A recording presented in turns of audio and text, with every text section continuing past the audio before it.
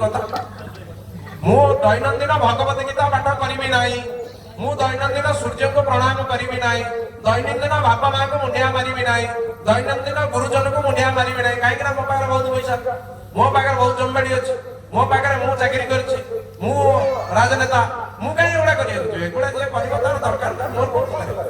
ଆଉ ତମ ଅସୁବିଧା ପା ମୋର କଣ ଅସୁବିଧା? ଭଗବାନ କହିଲେ ତୁ ତୋ ଦୁଃଖ ସଇଲା, ତତେ ଲିଭର ଖରାପ ହେଲା ଯା ବୋଲୁ, ମୃତ୍ୟୁ ତତେ ପ୍ରାପ୍ତ ହେଲା, ମୋର କଣ ଯାଏ? ଭଗବାନ ବି ସେୟା କହିବେ।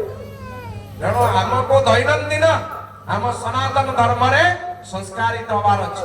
ୟାକୁ କିଏ କହିବେ? ୟାକୁ ପ୍ରବଚକ ମାନେ କହିବେନି, କାଳେ ବନ୍ଧୁରେ ଆରମ୍ଭ ସବୁ ଡାକିବନି, ପଇସା ଦବନି, ସେଥିପାଇଁ ସିଏ କହିବେନି, ବାବାଜୀ ମାନେ କହିବେ, ଗୁରୁ ମାନେ କହିବେ, ତମକୁ କରିବାକୁ ଦୈନନ୍ଦିନ ମା ମାନେ ଦେଖିବା ହାତ ଟେକିଲ ରାତିରେ କୋଉମାନେ ପ୍ରକୃତରେ ଭାଗବତ ଅଧ୍ୟାୟ ପଢୁଛନ୍ତି।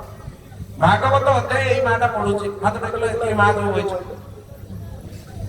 ହାତ ଟେକ ଯେ ଆଜ୍ଞା ମୁଁ ଭାଗବତ ଅଧ୍ୟାୟ ପଢେ। ଖାଲି ବଡ ବଡ କଥା କହିଲେ କଣ କିଛି ଲାଭ ନାହିଁ। କରୁଛ କଣ? ମୁଁ ଆଜ୍ଞା ଭାଗବତ ଅଧ୍ୟାୟ ପଢୁଛି। ଦେଖିଆ ବୋଉ ମାନେ କହିଲ ମା ମାନେ କିଏ ଅଛି? ଦୈନନ୍ଦିନ ମୋବାଇଲରେ ଟିଭିରେ ସିରିଏଲ କେତେ ଜଣ ଦେଖୁଛ? ହାତ ଟେକିଲ।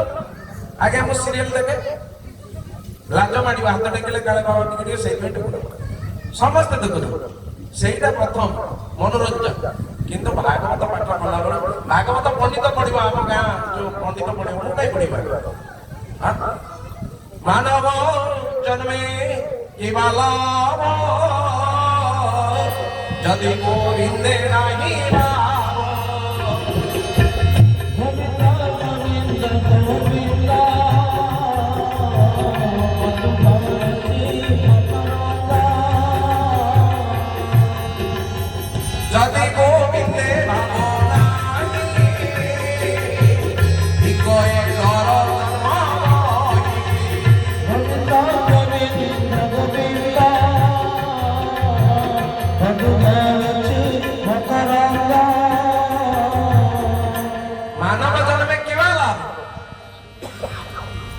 ଯଦି ଗୋବିନ୍ଦ ନାହିଁ, ଗୋବିନ୍ଦଙ୍କ ସହିତ ତମର ସମ୍ପର୍କ ନାହିଁ, ଏ ଶରୀର ରହିକରି କଣ?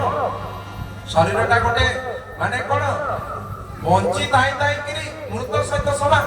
ଯଦି ଗୋବିନ୍ଦ ଭାବ ନାହିଁ, ତେଣୁ ତମେ ମାନେ କିଛି ଭାଗବତ ଟିକେ ପାଠ କରିବା ପାଇଁ ଇଚ୍ଛା ନାହିଁ, ଗୀତା ଶ୍ଳୋକ ଟିକେ ପଢିବାକୁ ଇଚ୍ଛା ନାହିଁ, ମନ୍ଦିରକୁ ଯାଉଛ, କଣ ମନ୍ଦିରକୁ ଯାଉଛ? ମୁଁ ଆଜ୍ଞା ମନ୍ଦିରକୁ ଆଇଲି, ସାଙ୍ଗରେ କଣ ନେଇକିରି ଆଇଲି?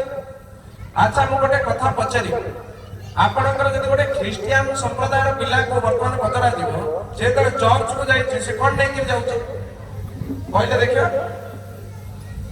ଖ୍ରୀଷ୍ଟିଆନ ସମ୍ପ୍ରଦାୟର ପିଲାଟି ଯଦି ଚର୍ଚ୍ଚକୁ ଯାଉଛି ସାଙ୍ଗରେ କଣ ନଉଛି? ବାଇବେଲ ନଉଛି। ଯାଆନ୍ତୁ ତାର ଚର୍ଚ୍ଚରୁ ବୁଝନ୍ତୁ।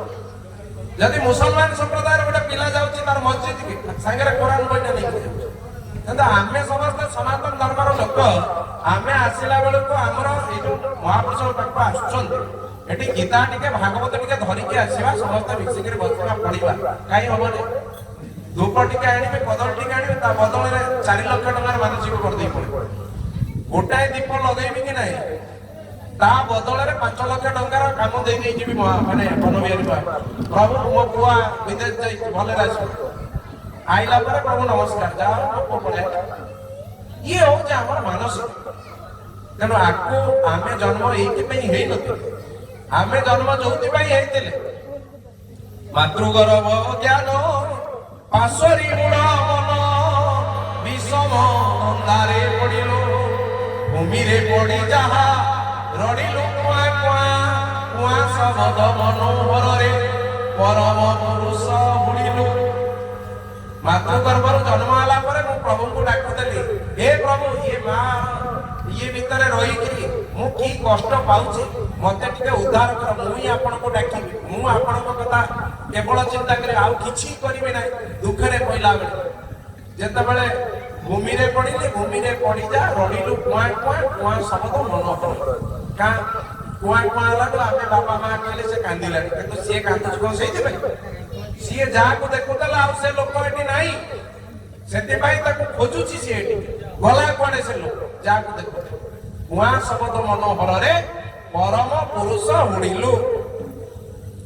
ପରମ ପୁରୁଷଙ୍କ ଚିନ୍ତା, ସେଇ ପୁଣି ଜୀବ ଗଲା ବେଳେ ଶେଷ ବେଳକୁ ସେଇ ଜିନିଷ ଯେତେବେଳେ ଗୋଟିକିଆ ପକଉଥିଲେ ବୁଢୀ ଗୋଟିକିଆ ପକେଇଲାଣି ବୁଢା ଗୋଟିକିଆ ପକେଇଲାଣି ସେତିକି ବେଳକୁ ଚେତା ବସିବ ସେତେବେଳେ ଆଉ କିଛି କାମ କରିବ ନାହିଁ ସେତେବେଳେ ଆଉ ଚେଷ୍ଟା କଲେ ହବ ନାହିଁ ସଜାଗ ହବା ଦରକାର ଇନ୍ଦ୍ରିୟ କାମ କରିବ ନାହିଁ ଆଖିକି ଦେଖାଯାଉନଥିବ ପାଦ ଚାଲି ପାରୁନଥିବ କାନକୁ ଶୁଭୁନଥିବ ହାତ ଉଠେଇ ପାରୁନଥିବ ସେତେବେଳେ କି ଧର୍ମ କାହାକୁ ଚିନ୍ତା କରିବ ସେଥିପାଇଁ ପ୍ରହ୍ଲାଦ କହିଲା ବାଳକ ପୁତ୍ର ଅସୁର ବାଳକେ ମୋର ବୋଲ କର ମେଳ ଗୋବିନ୍ଦ ସୋମାର ଗୋବିନ୍ଦ ଗୋବିନ୍ଦ ଗୋବିନ୍ଦ